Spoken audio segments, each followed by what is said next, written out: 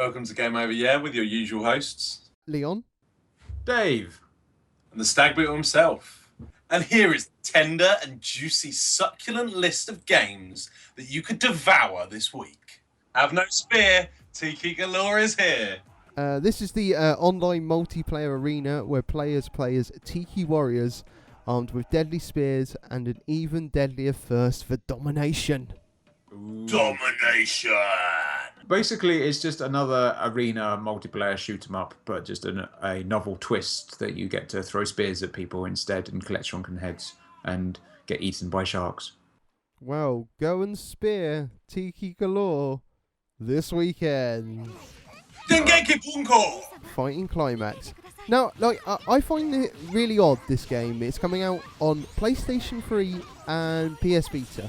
So I assume it must have been out in Japan, quite a while ago, and it's now just getting its sort of Europe and probably North America release, I assume.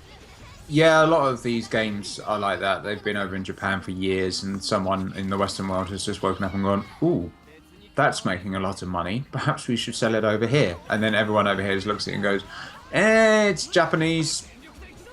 I'm sure it'll be mental and crazy. Let's buy it. Well, I mean, basically, it's a 2D fighting game with an all-star cast of popular characters. The thing that kind of interests me about this game is that you can play as Kirito from Sword Art Online, and I think that would be fun. Absolutely. I love how it's developed by a dude called French Bread. It's a Japanese game made by French Bread. It's so multinational. Press buttons, kill people, die. Denki Bunko, Fighting Climax.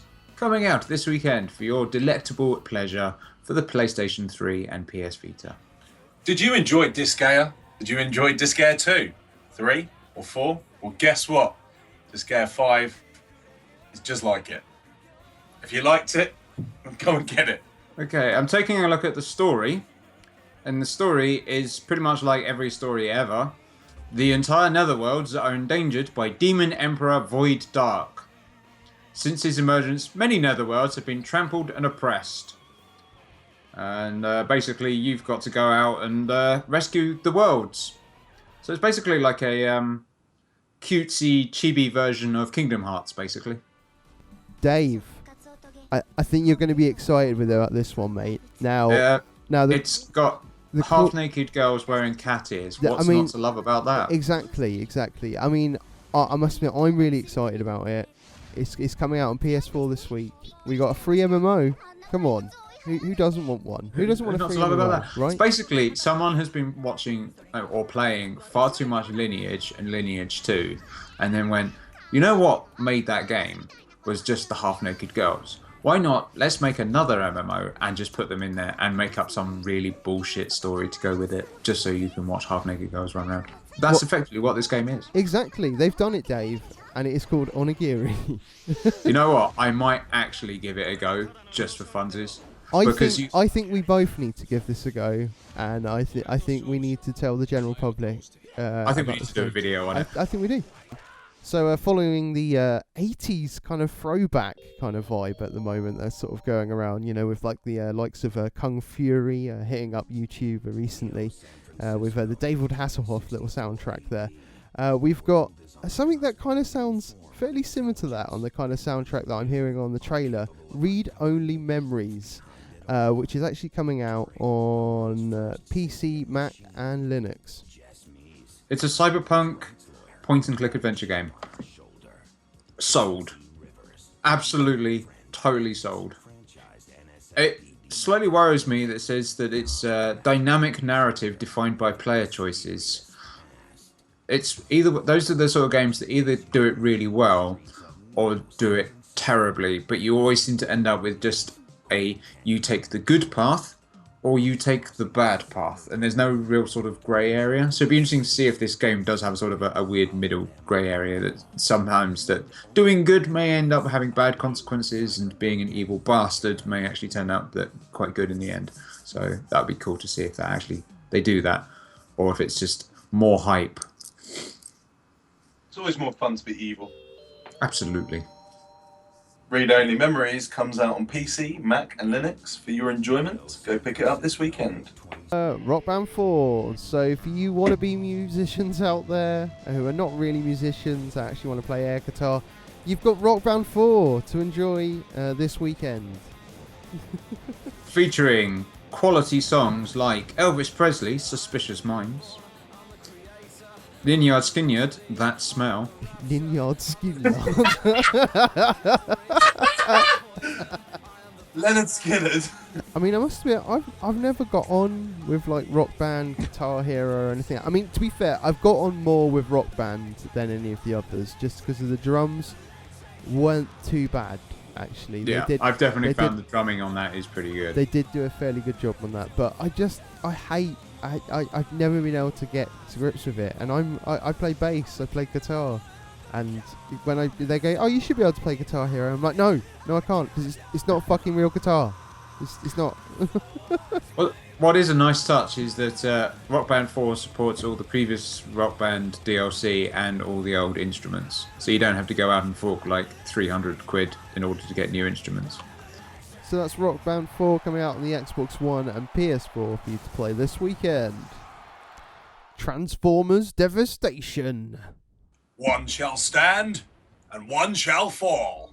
This looks pretty fucking badass, this game. It looks amazing. It looks semi-cell shaded, sort of fighting game-esque, massive brawl throughout streets, which, you know, that you get to play big-ass robots blowing up a city. The cool Good thing enough is for that you can kind of go into sort of the vehicle combos as well, from what I could see from the trailer, which seems like a really, well, it's the right thing to do, because they're Transformers. That's what you need them to do. Exactly. Transform and run them over. 5 playable Autobots. Which is it? Optimus Prime, Bumblebee, Sideswipe, Wheeljack, and Grimlock Smash. Mino Bozo, Grimlock King. I love this game. I don't even want to play it. I just want to watch it. It just looks like one of the old cartoons.